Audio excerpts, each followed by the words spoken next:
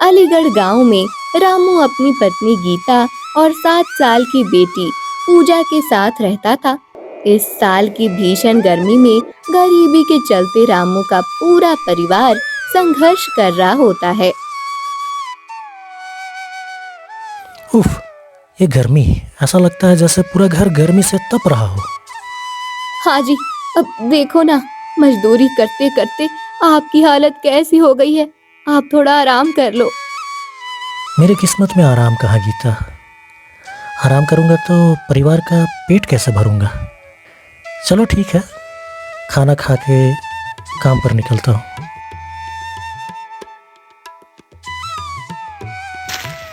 कुछ देर बाद हर दिन की तरह रामू काम पर निकल जाता है। घर के बाहर सड़कें तप रही थी और हवा में लू तैर रही थी। काम पर पहुंचने के बाद रामू अपने काम पर लग जाता है। कई घंटे काम करने के बाद उसका शरीर लड़खड़ाया और फिर वो अचानक गिर पड़ा। फिर रमेश के कुछ साथी मजदूर रमेश को उसके घर पहुंचा देते हैं।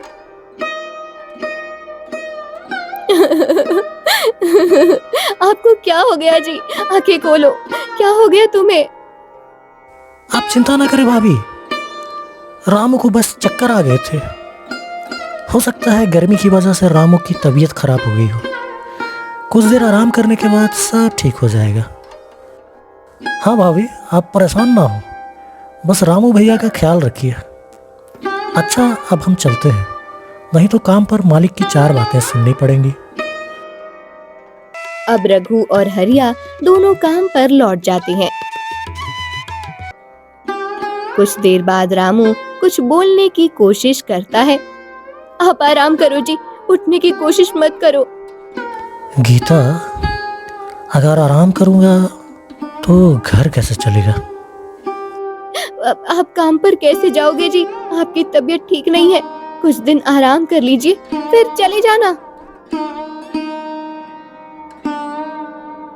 फिर कुछ दिन आराम करने के बाद रामू काम के लिए निकलता है, लेकिन काम पर अपने मालिक की बात सुनकर पूरी तरह टूट जाता है।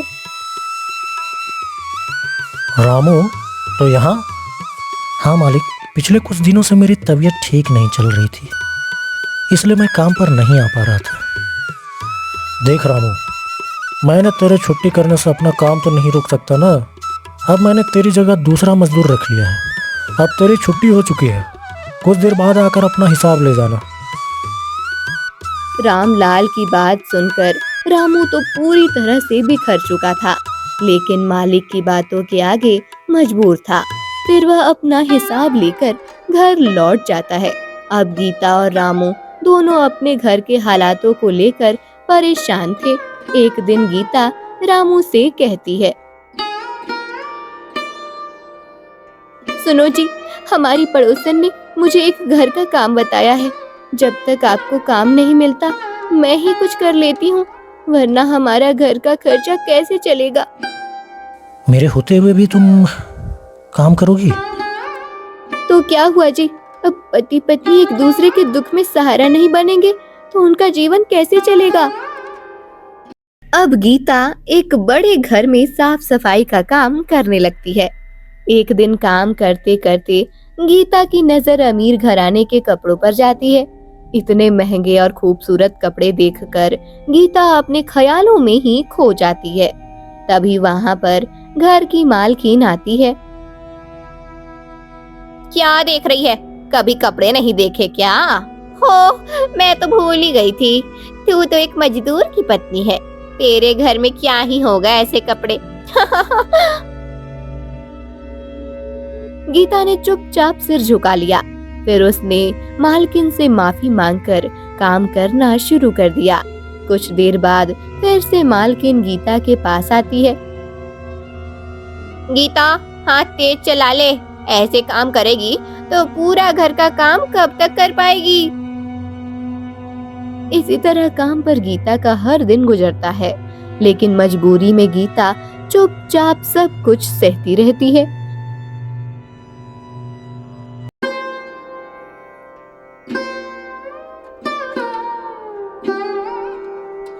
अगले अगले दिन बीमार होने की वजह से गीता काम पर थोड़ा लेट जाती है। उधर बड़े घर की मालकिन घर का काम खुद कर रही होती है।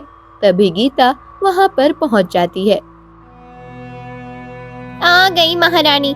हाँ, जब मैं ही घर का सारा काम कर दूंगी तो तुझे काम पर रखने का क्या फायदा। मेरे पैसे फ्री के नहीं आते जो तुझे बिना काम के पगार दे दूं। मालकिन, वो कल से तबीयत खराब है, इसलिए आज थोड़ा आंख लेट खुली। अगली बार से ऐसा नहीं होगा। बस गीता, बात अगर लेट आने तक की होती तो ठीक था, लेकिन तू घर का काम भी ढंग से नहीं करती है, इसलिए तुझे कल से काम पर आने की जरूरत नहीं है। आज शाम को मैं तेरा हिसाब कर दूंगी। इस तरह से अब गीता को भी काम से निकाल दिया जाता है।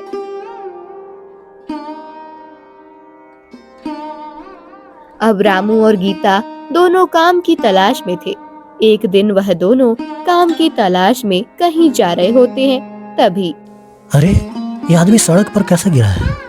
हमें इसे देखना चाहिए। फिर रामू और गीता दोनों उस आदमी के पास जाते हैं और उसे उठाने की कोशिश करते हैं। गीता, मुझे लगता है गर्मी की वजह से यह आदमी बेहोश हो चुका है। हाँ जी, आप ठीक कह रहे हैं, मुझे कुछ तो करना होगा। हाँ, मैं पानी लेकर आता हूँ, तब तक तुम इस आदमी के साथ ही रहना।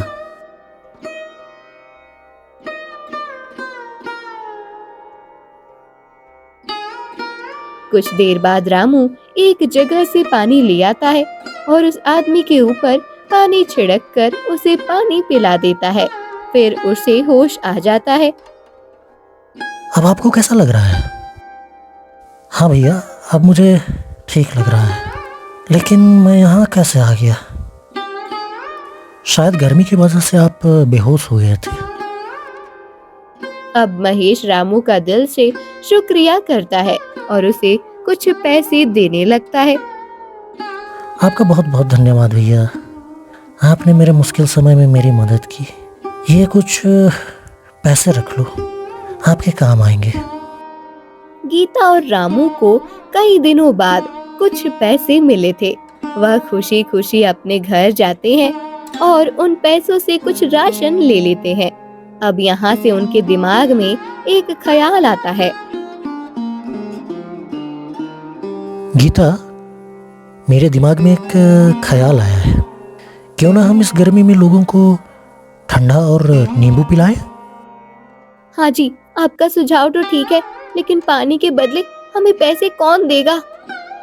पैसे ना भी दे तो कोई बात नहीं गीता, कम से कम हम लोगों को पानी पिलाकर इस गर्मी से उनकी रक्षा तो करेंगे और फिर साथ साथ काम भी ढूंढते रहेंगे। अब रामू और गीता रास्ते में आने वाले लोगों को ठंडा और नींबू पानी पिलाकर समाज सेवा करने लगे थे। एक दिन रास्ते से एक बुढ़ा आदमी आता है। उसकी चाल लड़खड़ा रही होती है। चाचा, ये ठंडा पानी पी लीजिए, हम समाज सेवा करते हैं, इसलिए यह पानी मुफ्त है। अब वह बुढ़ा आदमी पानी पीने लगता है। पानी पीते ही उसके चेहरे पर राहत दिखती है। बेटा, आज तो तुमने जान बचा ली। इस भीषण गर्मी के चलते इस धूप में मुझसे चला भी नहीं जा रहा था। अब मैं ठीक हूँ, लेकिन बेटा तुम ये पानी फ्री क्यों देते हो? बस चाचा, घर के हालात ठीक नहीं थे, काम की तलाश में हमारा सारा दिन खराब चला जाता है, तो सोचा इस समय में लोगों की मदद की जाए। बहुत अच्छे बेटा, तुम दोनों तो बहुत पुण्य का काम कर रहे हो, लेकिन देखो मैं तुम्हें यूं खाली हाथ नहीं जाने दूंगा।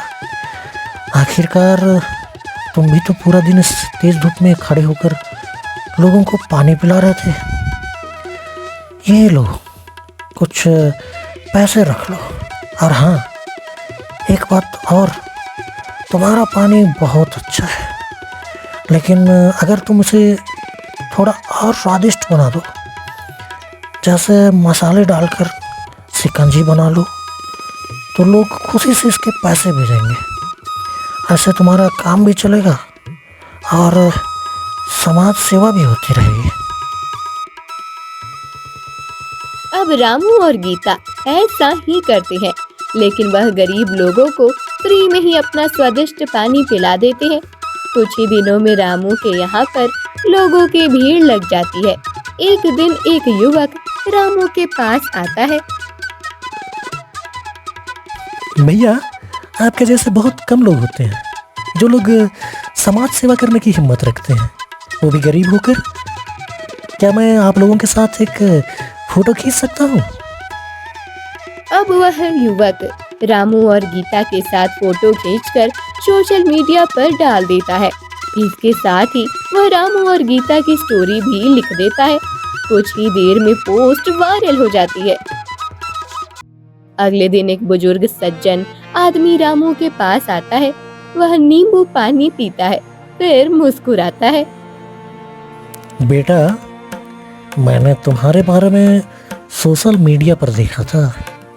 पहले तो मुझे यकीन नहीं हुआ, लेकिन यहाँ आकर देखा तो सब कुछ सच लगने लगा है। तुम वाकई में एक गरीब होकर समाज सेवा कर रहे हो। इसलिए मैं तुम्हारे लिए स्टॉल लगवाना चाहता हूँ, ताकि तुम अपने काम को और बढ़ावा दे सको। कुछ दिनों में रामू के पास अब खुद का स्टॉल होता है। अब रामू उस स्टॉल की मदद से कई तरह की चीजें बेचने लगता है। और हैरानी की बात तो ये थी, जो लोग फ्री में रामू के यहाँ पानी पीते थे, अब वह पैसे देकर रामू के यहाँ से स्वादिष्ट चीजें खरीदने लगते हैं। इस तरह से रामू के पास अब अधिक संख्या में ग्राहक मौजूद होते हैं। एक दिन रामू और गीता घर पर होते हैं। गीता, हम दोनों ने तो अपने जीवन में बहुत संघर्ष किया है, लेकिन अब मैं अपनी बेटी को पढ़ाना भी चाहता हूँ, ताकि वह पढ़ लिख कर अफसर बने और हमारा नाम रोशन कर सके। हाँ जी, आप सही कह रहे हो। हम जल्दी ही पूजा को स्कूल भेजेंगे। कुछ ही दिनों में उनके पास इतने पैसे आ जाते हैं कि वह खुद का अच्छा घर बनवा लेते हैं। अब उनके पास गर्मी से निपटने के लिए हर तरह की सुविधाएं उपलब्ध होती है। इस तरह से एक गरीब मजदूर का जीवन पूरी तरह से बदल जाता है।